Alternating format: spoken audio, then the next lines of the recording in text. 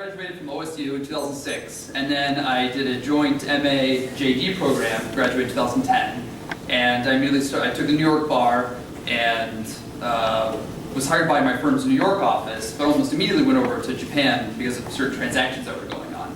And like Mark referred to, you can read in the thing, I did a number of study abroad experiences that were very important to my career. I met a lot of people that were key to getting me to where I am today.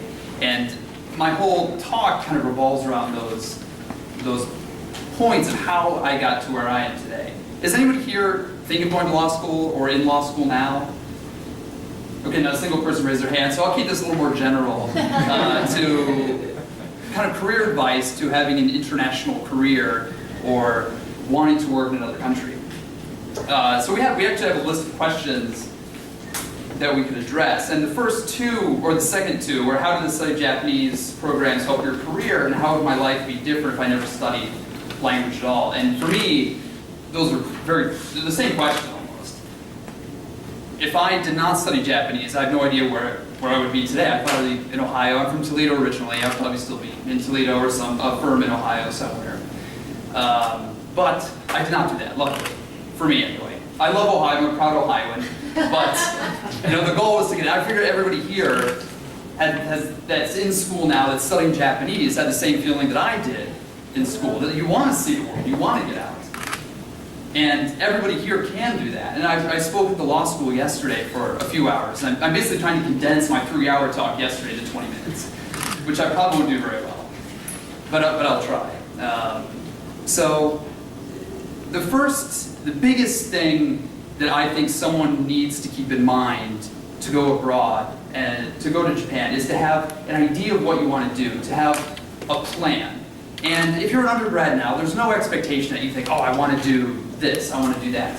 So my practice at my firm is about a third SEC reporting, another third private company securities offerings in the United States, and then life sciences and venture practice. So my firm has 28 offices around the world. We have about 2,000 attorneys.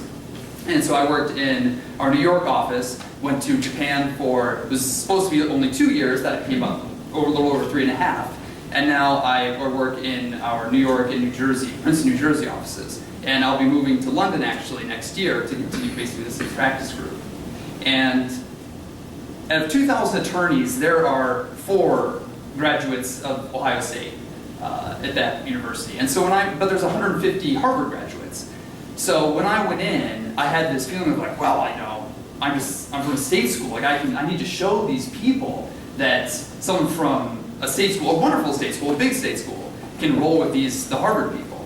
And there may be differing opinions in the firm of how well I've done that, but I think thus far, I'm not fired yet. I still have a job. And it's a big point I made yesterday talking to law students, is that it is, and it sounds like a cliche, but it is a global economy. The kind of the world is flat. And you're not competing against just people at OSU or just in Ohio. You're competing against everybody in the world. And if you want to go to Japan, you're not only competing against Americans or Europeans that want to go, you're competing against Japanese people that want the same job you do.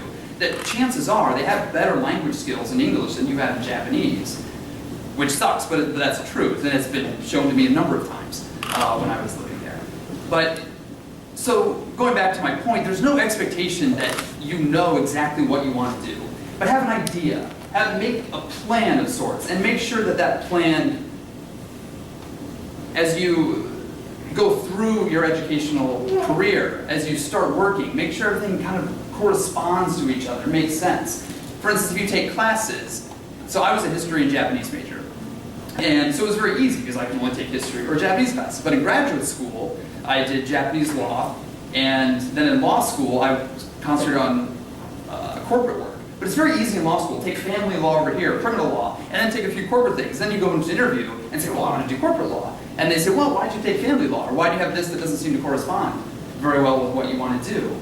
And then you have to explain it, and it gets difficult. And now that I'm on the other side of the hiring table, now I'm interviewing people.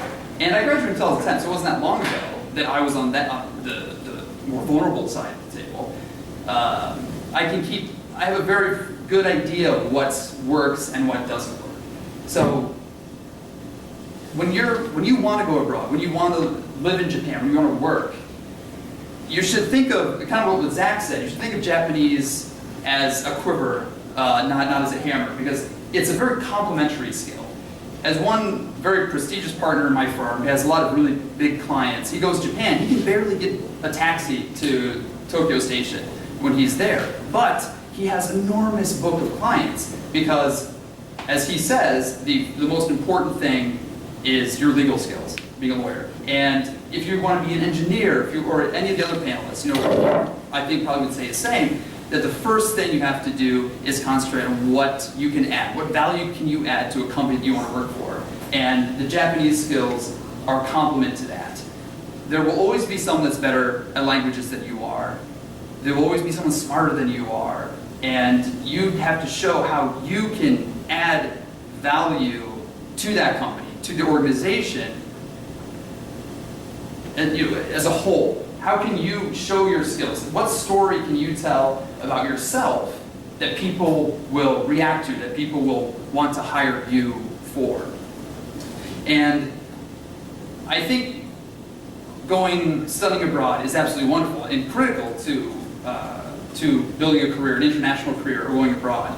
And I certainly would not be here right now without going through everything I went through. And when you apply for a job, you want as many approvals on your resume. You want a stack of organizations, scholarships. Every little thing that you can put on your resume will help convince somebody that you're going to be worth it.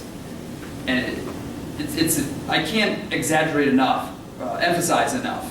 And now to go abroad, to start to have a real career in a certain field and continue that career, how important it is to have that plan, not to harp on the same point over and over again.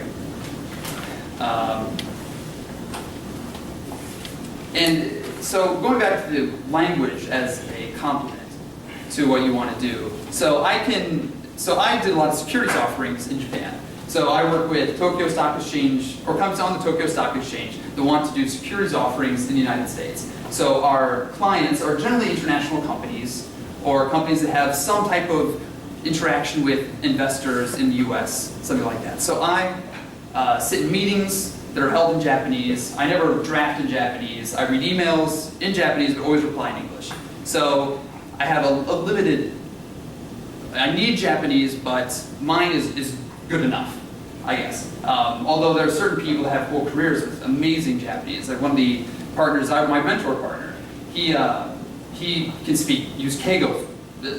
It's smooth as silk. It's amazing. And I wish I could be as good as he is, but I never will be. But he's also the person, I said this earlier to somebody, that is the closest person I've ever met to Sherlock Holmes. And so he's not the easiest guy to talk to. You don't really want to sit across the bar from him for very long because it gets weird. But he has amazing Japanese. And sitting there, and I like being connected to him through work because I get some of the reflected glory in the Tokyo markets.